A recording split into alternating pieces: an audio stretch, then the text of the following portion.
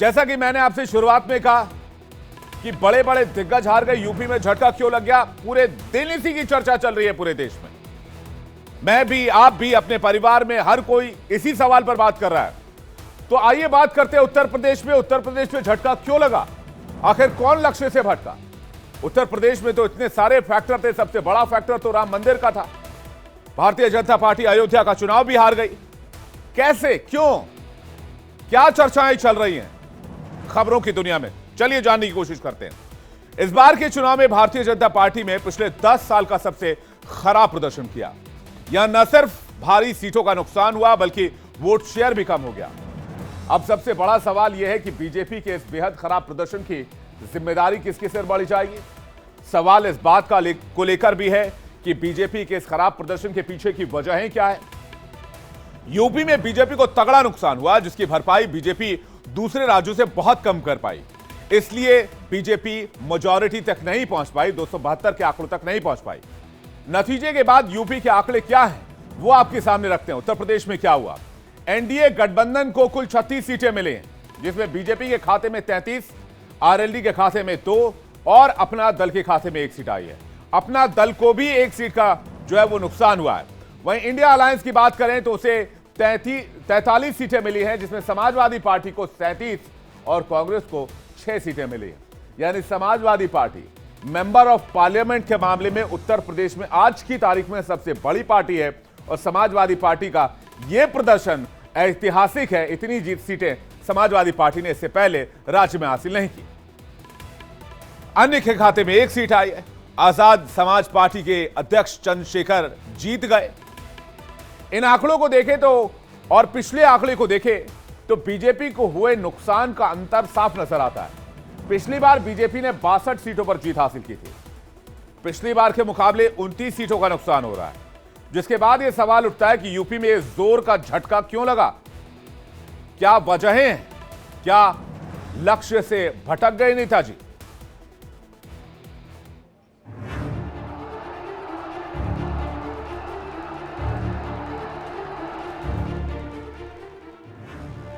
देश की राजनीति में उत्तर प्रदेश का औरा क्या है, रसूख कितना बड़ा है, ये इस लोकसभा चुनाव के रिजल्ट के बाद पता चल गया। सिर्फ उत्तर प्रदेश से बीजेपी की सीटें कम क्या हुई, बीजेपी अकेले ही दम पर बहुमत का आंकड़ा भी पार नहीं कर पाई। केंद्र में सरकार बनने जा रही है, बावजूद इसके उत्तर प्रदेश की हार जीत के जश्न पर भारी है।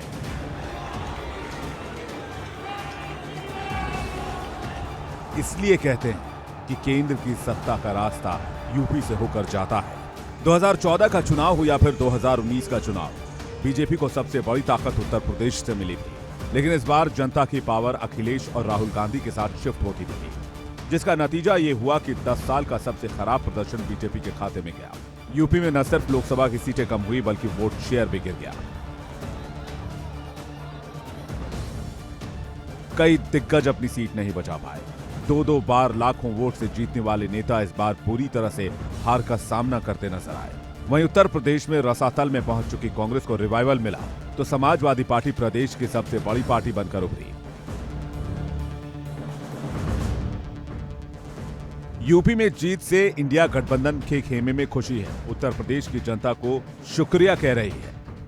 बहुत सारे स्टेट्स ने कमाल करके दिखाया, मगर बीजेपी यूपी ने हिंदुस्तान की राजनीति समझकर, कॉन्स्टिट्यूशन पर खतरा समझकर उत्तर प्रदेश ने कॉन्स्टिट्यूशन की रक्षा की है। उत्तर प्रदेश को मैं स्पेशल कहना चाहता हूं, आपने कांग्रेस पार्टी का, इंडिया गठबंधन का समर्थन किया।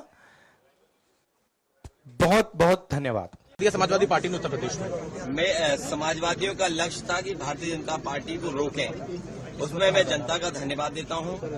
जनता ने जो सहयोग दिया है, जनता ने जो समर्थन दिया है, जनता ने एक नई आस के साथ, जनता ने एक उम्मीद के साथ जो सहयोग किया है, उसके लिए जनता का मैं धन्यवाद देता हूं। मैं अपनी यूपी की जनता को ये कहना चाहूंगी कि उन्होंने बहुत ही विवेक दिखाया और मुझे सबसे ज्यादा गर्व अपने यूपी पे है। बीजेपी अपनी जीत को लेकर उत्तर प्रदेश में आश्वस्त नजर आ रही थी, क्योंकि उन्हें राम मंदिर निर्माण का फायदा दिख रहा था, जिसे इससे पहले बीजेपी ने कभी राजनीतिक मुद्दा नहीं बनाया था। जनता ने भी इसे राजनीतिक मुद्दा न मानते हुए आस्था के साथ जोड़ा और बीजेपी को अयोध्या में ही हार का सामना करना पड़ा। बीजेपी से एक नहीं कई चूक हुई। जानकार बताते हैं कि टिकट वितरण से लेकर जातिगत समीकरण साधने में इंडिया गठबंधन को कमतर आंकने की, या यूं कहें कि बीजेपी ओवर कॉन्फिडेंट हो गई, जिसका खामियाजा भुगतना पड़ा। उत्तर प्रदेश में सबसे ज्यादा लोगों को ये ओवर कॉन्फिडेंस था, ये महसूस करते थे कि हम तो जीत ही गए। और भी कई कारण हैं, लेकिन उसमें सबसे बड़ा कारण यही है कि अति आत्मविश्वास की वजह से ये हमको सीटें कम मिली। बीएसपी, जिसे बीजेपी अपना प्लस पॉइंट मान रही थी, उसने भी बीजेपी को गच्चा दे दिया। वो इस बार कांग्रेस और सपा का वोट नहीं काट पाई, जिसका सबसे ज्यादा नुकसान सीटों के रूप में बीजेपी को हुआ। बसपा का वोटर इस बार कांग्रेस और समाजवादी पार्टी में शिफ्ट हो गया।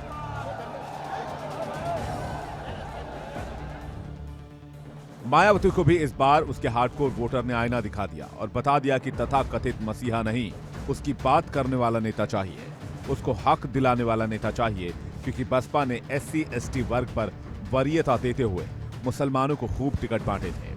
लेकिन मायावती को ना तो मुसलमानों का वोट मिला और ना ही SC/ST का, इसलिए बसपा के खाते में एक भी सीट नहीं गई और ना ही वो कांग्रेस और सपा का वोट काट पाई, जिसका अप्रत्यक्ष रूप से बीजेपी को नुकसान हुआ।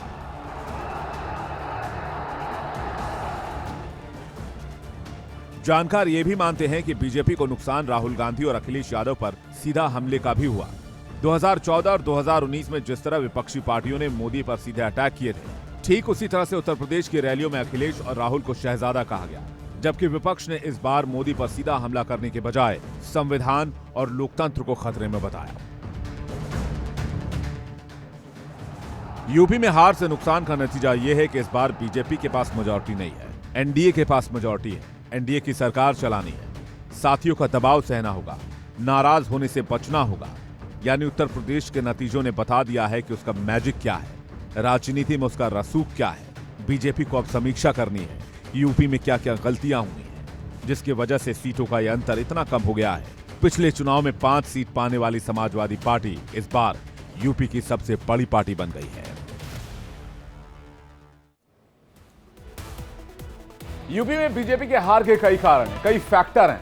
आइए उन कारणों को खंगालने की कोशिश करते हैं जो दावे इन दिनों किए जा रहे हैं राजनीतिक जानकारों की तरफ से। पहला दावा तो यह है कि जातिगत समीकरण साधने में बीजेपी नाकाम रही।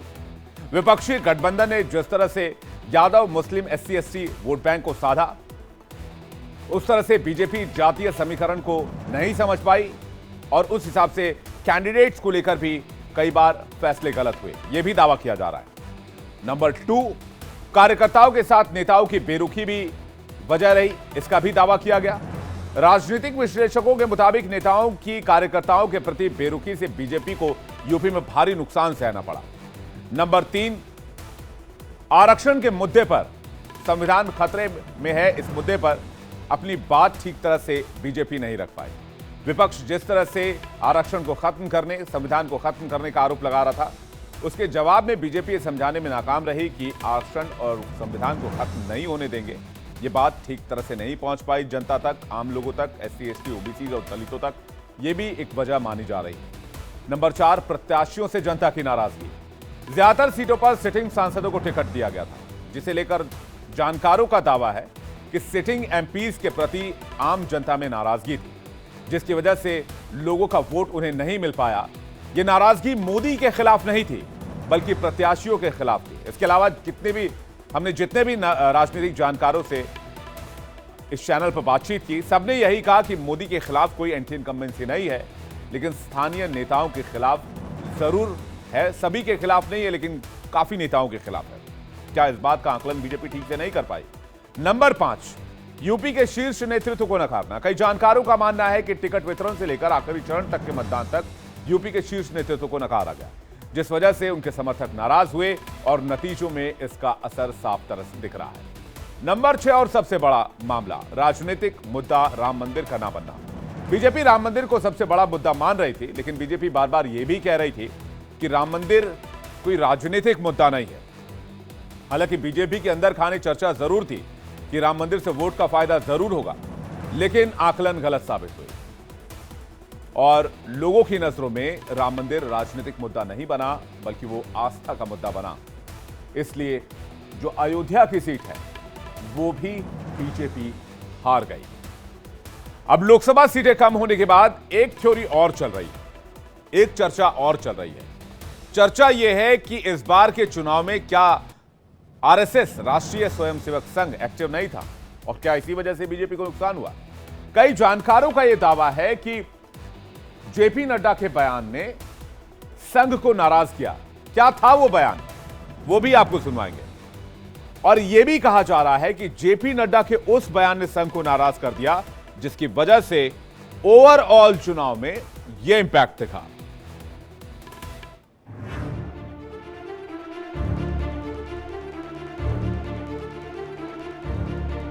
दो 2024 लोकसभा चुनाव में 2014 और 2019 की तरह बीजेपी की परफॉर्मेंस नहीं दिखी। उसे पिछले चुनाव से कम सीटें मिली, जिसके बाद बीजेपी के लिए इसे बड़े झटके के तौर पर देखा जा रहा है और इस झटके की वजहें तलाशी जा रही हैं। इसी तलाश में एक बात सामने आई कि हर चुनाव की तरह इस बार चुनाव में आरएसएस के स्वयंसेवक एक्टिव नहीं नजर आए। चुनाव में बीजेपी के पिछड़ने के बीच इस बार कई तरह की चर्चा चल रही है। एक चर्चा यह भी हो रही है कि आरएसएस के स्वयंसेवक एक्टिव नहीं थे। बीजेपी के लिए संघ के स्वयंसेवक एक मजबूत कड़ी माने जाते रहे हैं, जो चुनाव में भले ही बीजेपी के पक्ष में माहौल बनाने से इनकार करता रहा हो, लेकिन ये जिम्मेदारी जरूर निभाते हैं कि कम से कम बीजेपी के समर्थक और ऐसे वोटर बूथ तक जरूर पहुंचे जिससे बीजेपी को फायदा होता है। लेकिन इस बार संघ के स्वयंसेवकों ने क्या ये काम नहीं किया? क्या वो चुनाव में एक्टिव नहीं दिखे? क्या बीजेपी से संघ नाराज है? माना जाता है कि आरएसएस कार्यकर्ताओं की उदासीनता यूपी, बिहार और महाराष्ट्र में भारी पड़ी। कहा यह भी जा रहा है कि चुनाव में बीजेपी अध्यक्ष जेपी नड्डा का आरएसएस को लेकर दिया गया वो बयान स्वयं सेवकों को रास नहीं आया, जिसमें वो कह रहे थे कि अब बीजेपी को आरएसएस के कार्यकर्ताओं की आवश्यकता नहीं है। पहले हमें संघ की जरूरत थी, लेकिन आज बीजेपी सक्षम है। आज पार्टी अपने आप को चला रही है। माना यह भी जाता है कि बाहरी नेताओं की फौज को बीजेपी में लाना और उन्हें टिकट देना आरएसएस को पसंद नहीं आया। महाराष्ट्र इसका बड़ा उदाहरण है। जानकारों के मुताबिक संघ इसे बीजेपी के समर्पित कार्यकर्ताओं की उपेक्षा के तौर पर देखती है। संघ को करीब से जानने वालों का कहना है कि शुरुआत के 5 चरणों में संघ के अलग अलग स्तर के पदाधिकारियों ने चुनाव को लेकर कोई बैठक ही नहीं ली और स्वयं सेवकों को कोई मैसेज भी पास नहीं किया गया कि उन्हें काम करना भी है या नहीं। 5वें चरण की वोटिंग के बाद संघ की एक मीटिंग हुई जिसमें आगे काम करने के लिए बातचीत हुई, लेकिन 6ठे चरण की वोटिंग के पहले ही बीजेपी के राष्ट्रीय अध्यक्ष का बयान आया जो संघ के अंदर चर्चा में रहा, जिसका असर यह हुआ कि संघ के स्वयंसेवक एक्टिव नहीं हुए और नतीजा आपके सामने है।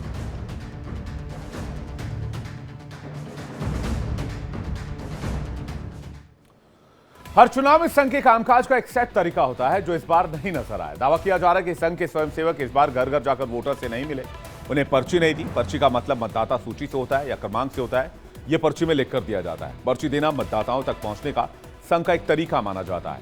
इसके साथ ही कहा यह भी जा रहा है, दावा यह भी किया जा रहा है कि मतदान वाले दिन संघ के स्वयंसेवक अपने एरिया या मोहल्ले में बहुत एक्टिव नहीं थे। उन्होंने ये सुनिश्चित नहीं किया कि मतदाता वोट देने के पहले पोलिंग बूथ तक पहुंचे या नहीं।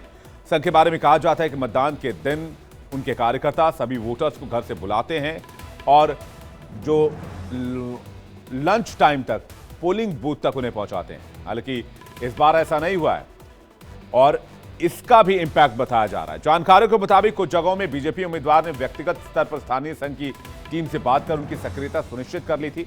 दिल्ली की कुछ सीटों पर ऐसा हुआ था। सूत्रों के मुताबिक दिल्ली के झंटेवालान में जहां संघ का गढ़ है वहां भी मतदाता क्रमांक की पर्ची नहीं पहुंची। संघ को करीब से जानने वाले ये भी दावा करते हैं कि संघ की जो चुनाव प्रचार से दूरी थी उसकी वजह से बीजेपी को अच्छा खासा नुकसान हुआ है।